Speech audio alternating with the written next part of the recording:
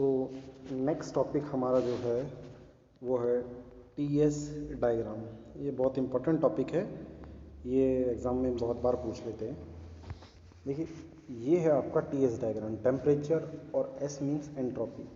तो टेम्परेचर और एंट्रोपी के बीच में डायग्राम, ये है वो डायग्राम। ठीक है, तो अगर मैं आपको ये डायग्राम बताऊं कि ये बना कैसे है। देखिए, वो याद होगा, वो लिक्विड को हम वेपर में कन्वर्ट करते थे तो हमने क्या ग्राफ बनाया था। हमने ये ग्राफ बनाया था।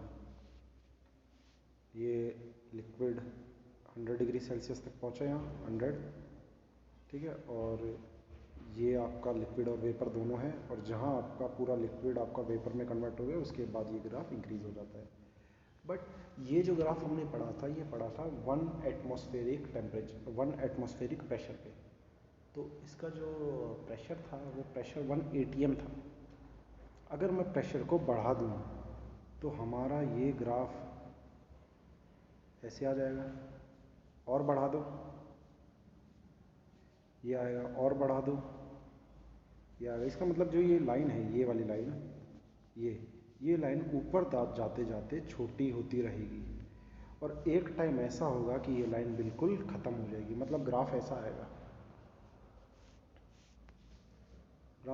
लाइन आई और सीधा वेपर में कन्वर्ट होगी। मतलब आपको टेम्परेचर देने की ज़रूरत नहीं। लाइक एक बेसिक सा एग्जांपल देता हूँ। आपका पानी पहले हीट लेता है और फिर वेपर में कन्वर्ट होता है, ठीक है। पानी हीट लेगा फिर वेपर में कन्वर्ट होता है। बट अगर एक बहुत गर्म तवे के ऊपर एक बूंद डाल दो तो पानी गर्म होगा, वो सीधा वेपर में कन्वर्ट हो जाता है। वो ये वाली स्टेट होती है।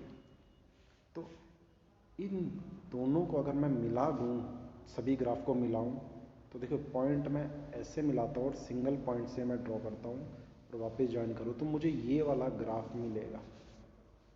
इस ग्राफ को हम बोलते हैं टीएस डायग्राम, जिसमें मुझे 3 एरिया मिल रहे, फर्स्ट, सेकंड और थर्ड।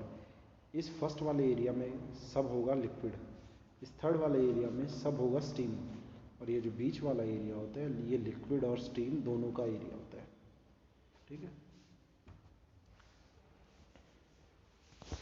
ओके, सो ये देखिए, ये लिक्विड रीजन है, ये वेट रीजन, बीच वाला wet region. Wet region means है वेपर बट उसके अंदर लिक्विड अब भी प्रेजेंट है। और लास्ट वाला सुपर हीटेड रीजन, जिसमें सिर्फ और सिर्फ वेपर है, कोई भी आपका वेट पार्टिकल प्रेजेंट ही नहीं है। तो मैं आपको उस ग्राफ को फिर से ड्रॉ कर देता हूँ। ग्राफ को अगर मैं फिर से ड्रॉ करूँ तो देखिए आपका होगा क्या, ये टी टेम्परेचर और ये एंट्रोपी। इनिशियली ये ग्राफ था वाटर जब वेपर में कन्वर्ट होता था। अगर मैं प्रेशर को और बढ़ाऊं तो ये पॉइंट मिलेगा, और मैंने प्रेशर को बढ़ाया तो मुझे ये मिलेगा, और बढ़ाऊं तो एक टाइम ऐसा आएगा कि सीधा पॉइंट से किस में कन्वर्ट हो जाएगा, वेपर में कन्वर्ट हो जाएगा। मतलब वाटर टेम्परेचर लेगा ही नहीं, इतना टेम्परेचर ज़्यादा होगा कि पानी डाला उस हीट पे और सीधा उसको वेपराइज कर देगा। जैसे मैंने एक स्मॉल ड्रॉपलेट ऑफ वाटर का एग्जांपल दिया आपको कि एक ड्रॉप पानी अगर गर्म तवे पे डालेंगे तो तवे पे गिरते ही वो वेपराइज हो जाता है। तो वो ये वाला पॉइंट होता है।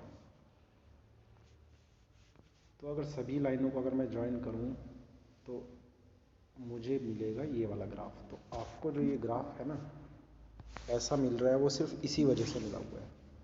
और जो ये पॉइंट होता है ना सबसे ऊपर, इस पॉइंट को बोलते हैं हम critical temperature. Critical, CRITICAL, critical temperature.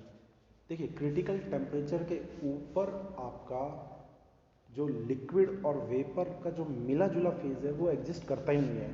Liquid आया और आते ही वेपर में कन्वर्ट हो गया, ये आपका क्रिटिकल टेम्परेचर होता है।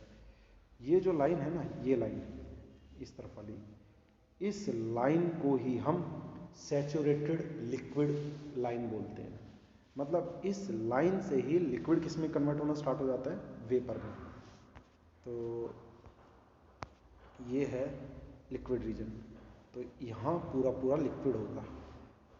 अब इस लाइन को हमने किससे ज्वाइन किया, इस लाइन से स्टार्ट हुआ है लिक्विड किस में कन्वर्ट होना, वेपर में कन्वर्ट होना है, इसीलिए इस लाइन को बोलते हैं सैचुरेटेड लिक्विड रीजन लाइन। और ये आपका लिक्विड रीजन, यहाँ से लिक्विड आपका वेपर में कन्वर्ट हुआ और इस पॉइंट तक आते आते पूरा का पूरा वेपर किस में कन्वर्ट हो गया, वो पूरा का पूरा लिक्विड किस में कन्वर्ट हो गया, वेपर में। तो लिक्विड की एक बूंद भी नहीं बचती, इसीलिए इस लाइन को बोलते हैं सैचुरेटेड वेपर लाइन। ओके, तो हमने वो पीछे कुछ पढ़ा था सैचुरेटेड वेपर और सैचुरेटेड लिक्विड, वो यहीं से आया था। और इस लाइन के बाद जो ये टेम्परेचर राइज अप हुआ है ना, ये टेम्परेचर हमें कौन सी स्टीम देता है, सुपर हीटेड स्टीम, मतलब वो स्टीम जिसके अंदर बिल्कुल भी वेपर प्रेजेंट नहीं है और 100 डिग्री पे स्टीम बनता है और 100 से भी ज़्यादा टेम्परेचर हमने उसे दे दिया है। ओके, इस ग्राफ को हम टीएस डायग्राम बोलते हैं। और एक और चीज़, हम कुछ ये ड्राइनेस फ्रैक्शन पढ़ते थे, x1 x2 x3, तो इसी ग्राफ में हम ड्राइनेस फ्रैक्शन शो करते हैं। अब देखो, क्रिटिकल पॉइंट के ऊपर तो वेपर रहेगा ही नहीं, लिक्विड रहेगा ही नहीं, क्योंकि लिक्विड सीधा किस में कन्वर्ट हो जाता है, वेपर में कन्वर्ट होता है। तो ड्राइनेस फ्रैक्शन इस क्रिटिकल पॉइंट के ऊपर कभी मिलेगा ही नहीं, हमेशा इसके नीचे मिलता है।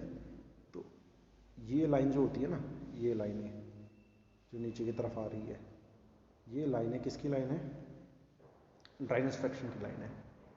ठीक है, x1 x2 x3 x4 x5 x6, तो ये ड्राइनेस फ्रैक्शन की लाइन है। ये देखिए x1 x2 x3 x4 x5 x6। और अगर ध्यान से हम देखें और ये सोचें कि जो लाइन लिक्विड की तरफ ज़्यादा है उसके अंदर वेटनेस ज़्यादा होगी, ठीक है, और जो लाइन वेपर की तरफ ज़्यादा है उसके अंदर वेटनेस कम होगी। वेटनेस मीन्स लिक्विड का जो क्वांटिटी होती है ना, वो क्वांटिटी कम होगी। और जो ये लाइन होती है ना, जो हम ऊपर की तरफ ये इंक्रीज कर रहे थे, वो किसकी लाइन होती है, प्रेशर इक्वल्स टू कांस्टेंट और वॉल्यूम इक्वल्स टू कांस्टेंट। क्योंकि उसके बाद प्रेशर और वॉल्यूम कांस्टेंट हो जाता है, हमारा टेम्परेचर बढ़ता जाता है। ये देखिए, ये P इक्वल्स टू सी और V इक्वल्स टू सी। तो इस लाइन में हमने इस ग्राफ के लिए सारी लाइनें हमने यहाँ ये लिखी है। तो जो मैंने बताया है आप इनडायरेक्ट वे में वही लिख सकते हैं, अदरवाइज़ आपको ये जो पॉइंट्स है, ये पॉइंट आप अपने नोटबुक पे नोट कर लीजिए। देखिए क्या क्या है। First point, absolute temperature is plotted on the ordinate and entropy on abscissa. Ordinate abscissa तो पता ही होगा, ये इस एक्स एक्सिस को हम बोलते हैं ऑर्डिनेट और वाई एक्सिस को, एक्स एक्सिस को वाई एक्सिस को हम बोलते हैं ऑर्डिनेट और एक्स एक्सिस को हम एब्सिसा। तो एक्स एक्सिस पे कौन सा ड्रॉ किया हमने, एंट्रोपी, देखो एस, वाई एक्सिस पे टेम्परेचर। तो फर्स्ट लाइन में वही कि किसको किस एक्सिस पे ड्रॉ किया है। सेकंड है आपका बाउंड्री लाइन जो होती है आपकी, टेम्परेचर 273 डिग्री केल्विन से आपका स्टार्ट हो रहा है, मीन 0 डिग्री सेल्सियस आपका हो गया, ठीक है। इसलिए क्योंकि इस पॉइंट पे जो एंट्रोपी ऑफ लिक्विड होती है वो ट्रिपल पॉइंट के इक्वल होती है, जो कि आपकी 0 के इक्वल होगी। क्योंकि इस टेम्परेचर पे कोई रैंडमनेस नहीं होता, क्योंकि 0 डिग्री पे पानी बिल्कुल स्टिल रहता है, रुका रहता है। तो जहाँ टेम्परेचर ज़्यादा होता है ना, पानी हमेशा रुका रहेगा। तो आप ये सारे पॉइंट वही है जो मैंने आपको बताए हैं, वो आप पढ़िए और प्रॉब्लम हो आप मुझसे प्रॉब्लम पूछ सकते हैं। और लास्ट देख लीजिए, वही slope of constant pressure line in wet and super heated region are govern by ये temperature. Equation delta T by delta S equals to T V. ये इक्वेशन आपको उतारना हो उतार लीजिए, अदरवाइज कोई इशू नहीं है, क्योंकि आपको इन इक्वेशंस का कोई ज़्यादा यूज़ आपका आएगा नहीं। ओके, तो आप ये वीडियो को पॉज करिए और ये जो नोट है इनको नोट कर लीजिए, ठीक है। तो ये पॉइंट है जो मैंने बताया है, वही पॉइंट है। तो इम्पॉर्टेंट वही पॉइंट लिखना जो मैंने बताया। जैसे मैंने इसमें किसके बारे में बताया, क्रिटिकल पॉइंट के बारे में। क्रिटिकल पॉइंट जिस पॉइंट के ऊपर आपका जो वेट रीजन या लिक्विड रीजन प्रेजेंट ही नहीं होता, और ये जो रीजन है लिक्विड रीजन है, और आपका ये जो रीजन है वेट रीजन है। ये जो जैसे डी से एफ, ई सी से जी, बी से एच, इसमें हम क्या दे रहे हैं, इसको हीट दे रहे हैं। कौन सी heat, latent heat. Latent heat क्यों यूज़ करते हैं, एक स्टेट से दूसरे स्टेट में चेंज करने के लिए। कौन से स्टेट में हम चेंज कर रहे हैं, लिक्विड से वेपर में चेंज कर रहे हैं। और ये जो लाइनें हैं, ये x1 x2 की, ये कौन सी लाइन है, ड्राइनेस फ्रैक्शन की लाइन है।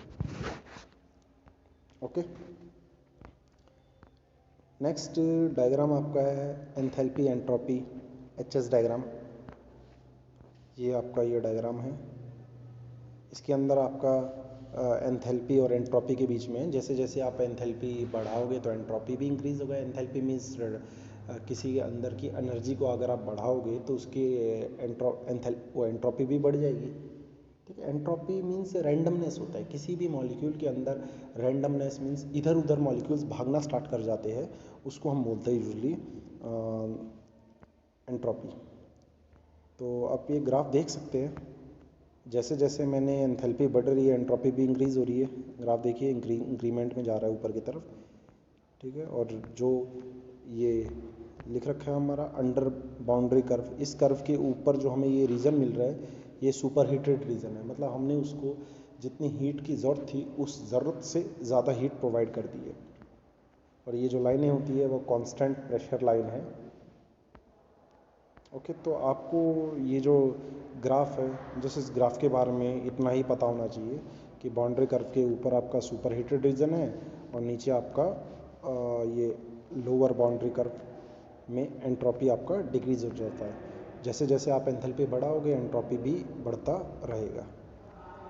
तो आप ये वीडियो पॉज करिए और यहाँ ये जो डाटा लिखा हुआ है ये आप नोट कर सकते हैं।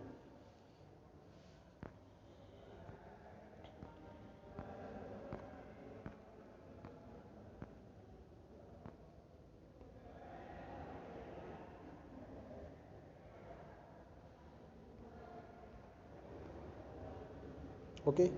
तो आज के लेक्चर में हमने दो ग्राफ पढ़े, एक तो TS डायग्राम और एक है HS जिसको एंथैल्पी एंट्रोपी डायग्राम बोलते हैं। ओके। दोनों ग्राफ एक दूसरे से थोड़ा थोड़ा रिलेट ही करते हैं कि हम किसी के अंदर एंथैल्पी बढ़े तो एंट्रोपी भी बढ़ती है, और एक स्टेट से दूसरे स्टेट में हम चेंज करते हैं तो उनका डायनेमिक फ्रैक्शन भी लगातार चेंज होता रहता है। ओके। तो जो भी मैंने आपको नोट करने के लिए बोला वो नोट करिए और अपने नोट्स प्रिपेयर करिए।